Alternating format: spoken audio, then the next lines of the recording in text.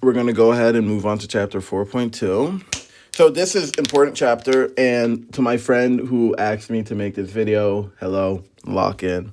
So we're going to start with the idea of nucleophiles. So nucleophiles, what we call is nucleus loving, okay? So they are negatively charged, okay? So there is multiple different types of nucleophiles. So here are some common anions. So pi bonds can act as nucleophiles. We can see that if we draw, let's do the resin structure of this. Let's say we draw a resin structure of benzene. If you can see this here, you see how pi bonds can create negative charges. So because pi bonds can create negative charges, they can also act like nucleophiles. And then atoms with lone pairs. Okay, atoms with lone pairs can act as a nucleophile, and that's because they're slightly negative. So like here, we know that here we know that the oxygen here is slightly negative, and then the hydrogen is slightly positive. We know that electrons are negative. So if you have electrons on your atom, they can also act like a nucleophile. Okay, so next we're gonna go over things that increase and decrease your strength of your nucleophile. So protic solvents. Now, a protic solvent is pretty much a solvent that can hydrogen bond. And an aprotic solvent is a solvent that cannot hydrogen bond. A common aprotic solvent is going to be acetone, okay? Because acetone cannot hydrogen bond. So if you have a protic solvent, which is a solvent with so it's when you have a hydrogen connected to the highest electronegative atom. So like, I guess one would be like here, could be a protic solvent. So anything that can really hydrogen bond. So when your charge is negative, you also, so that's going to mean aprotic solvents are going to increase nucleophility. So just keep that in mind. So if your charge is negative, you're going to increase.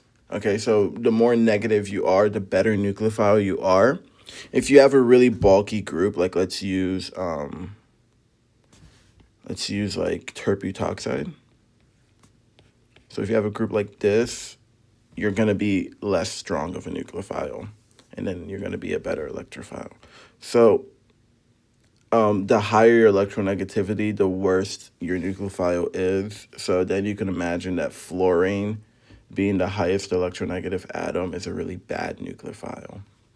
Okay, so that's it for your nucleophiles. Again, focus on charge and then solvent, okay? So if you're in a protic solvent, you're going to be a worse nucleophile, okay? If your charge is negative, good nucleophile. If your charge is positive, bad nucleophile. If you're more bulky, bad nucleophile. Less bulky, good nucleophile, okay? Higher electronegativity, worse nucleophile. Awesome. So we're going to go over electrophiles. Now, you could think of it as like electrophiles are pretty much the opposite of all of, oopsies, that was a race. The electrophiles are the opposite of all of these, okay?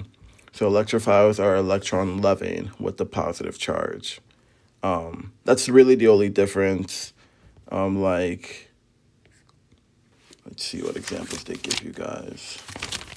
So like it's pretty much anything with like a positive charge. For example, if you have like this here, this is a better electrophile than if you had this, okay? So anything with a positive charge is what we call a good electrophile. And another example, let's show you something that doesn't have a positive charge, right? Unless you draw the resin structure. So here looks like a neutral molecule. But when we draw our resonance structure, we get this, okay? So now we have a positive charge there. So because we have a positive charge there, that makes this a good electrophile. Make sense? One last thing about this is the reason why this is positive is because the oxygen is more electronegative. So the electrons are going to pull towards the oxygen, making it slightly negative. And again, whenever I do organic chemistry, like, this is the best way to go about it. Is just look at what's negative, look at what's positive. If you guys know, negative always goes to positive. So that would make it a lot easier. So leaving groups are pretty much things on your molecule that, well, I guess can leave, right? So a few things. Now, this is really important. So we're going to lock in. So a few things, okay? Weak bases are strong leaving groups, okay? Because of the extra lone pair. Okay. By this logic, the conjugate base of strong acids are good leaving groups. And let me show you what I mean. If we go back to our chart here, right, we see that the conjugate base here of your strong acid, so HCl conjugate base is Cl minus, okay? So what I mean by your strong acids are good leaving groups is that, like, anytime that you have one of these molecules, like HBr, HCl, like all of those conjugate bases make good leaving groups because of the extra lone pair, like we said over here. So if we were to draw an example using a strong acid like HCl, when this dissociates, these lone pairs go there. Okay. So these become this becomes the negative charge, and this becomes the H plus. And then this goes back to what the definition that we have here, more stable due to extra lone pair. Okay, so keep that in mind. Good leaving groups are weak bases, okay? And you will 100% be asked to compare this on the MCAT, like 100%. Like, guaranteed, very high yield question. So if you remember things like that, like, it will definitely help you answer the question. So, like, if I were to give you a bunch of options, like blah, blah, blah, blah, blah, your way to answer the question should be, you need to look at, is it a weak base? I mean, is it a weak acid or is it a strong acid? Okay. And if it's a strong acid like HCl, that means that Cl minus must be a good leaving group, because good leaving groups are made from strong acids. Okay? Best way to remember it, you will get it right. So the next thing I need to do for you guys is SN1 and SN2 reactions. So these could low-key get their own video. They're a little harder, not necessarily hard. I don't think they're hard, but I think that there's a lot going on. So one thing, we're going to go over SN1 first. Okay, so the main thing that you need to know is SN1 is multiple steps, and then SN2 is one step. So, like, first in SN1, the leaving group leaves, okay? Leaves on its own. You don't need to know why. Leaving group gone. Okay, and then the S means substitution. So that means that we need to add something onto here, right? Let's say we do H2O.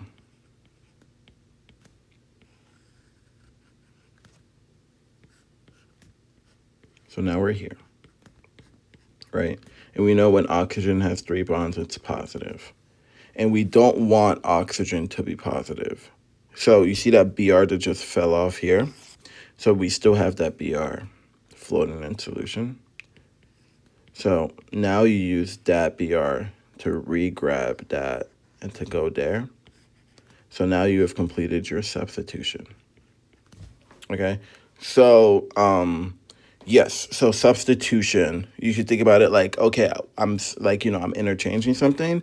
And a few things you need to know is your type of carbon matters, okay? So this is a secondary carbon.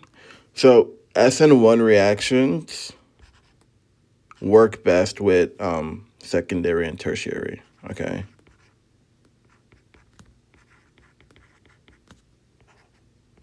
Secondary carbons and then tertiary carbons. Okay, so if you were to have like a primary carbon, right, and then this guy falls off, right, this will not happen.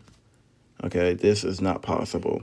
The reason why is this group here, a positively charged methyl group, is not stable, so it will not form.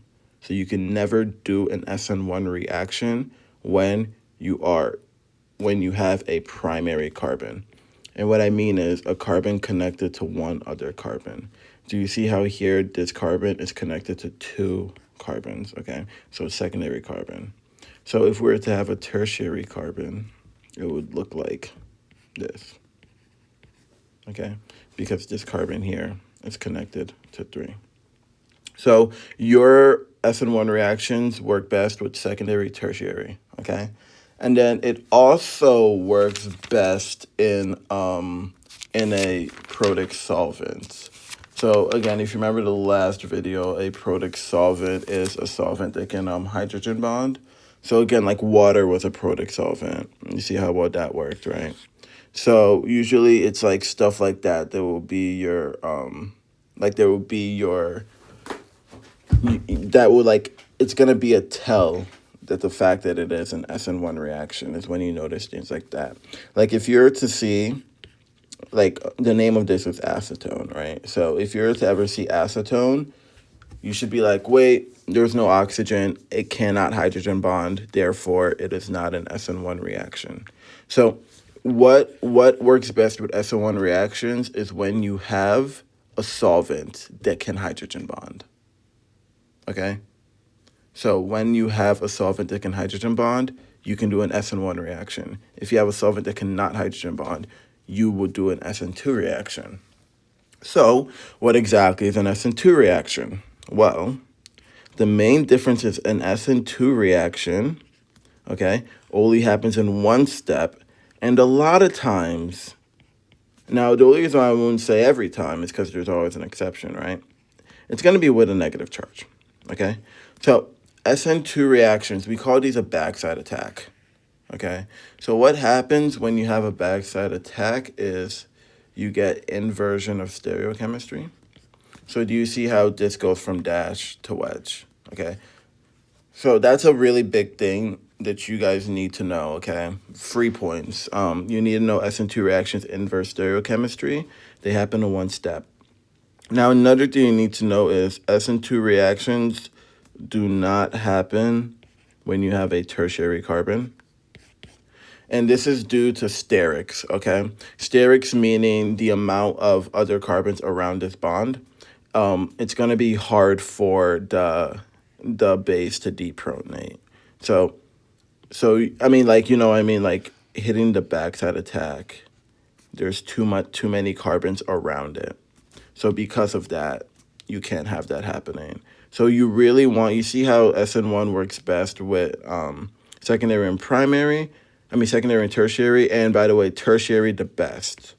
SN2 works best with primary and secondary, but not tertiary, okay?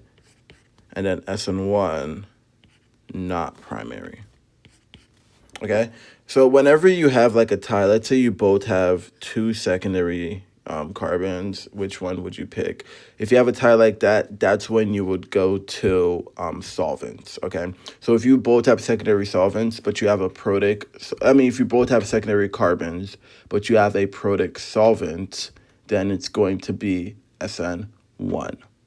But if you both have secondary carbons and you have an aprotic solvent, it's going to be SN2. Okay, whew, we're done with that chapter. Very important chapter. Sorry if I stuttered a lot, but hopefully that was very helpful. Definitely, this is something. This like 4.2 is definitely something that you will 100% see. So try your best with it.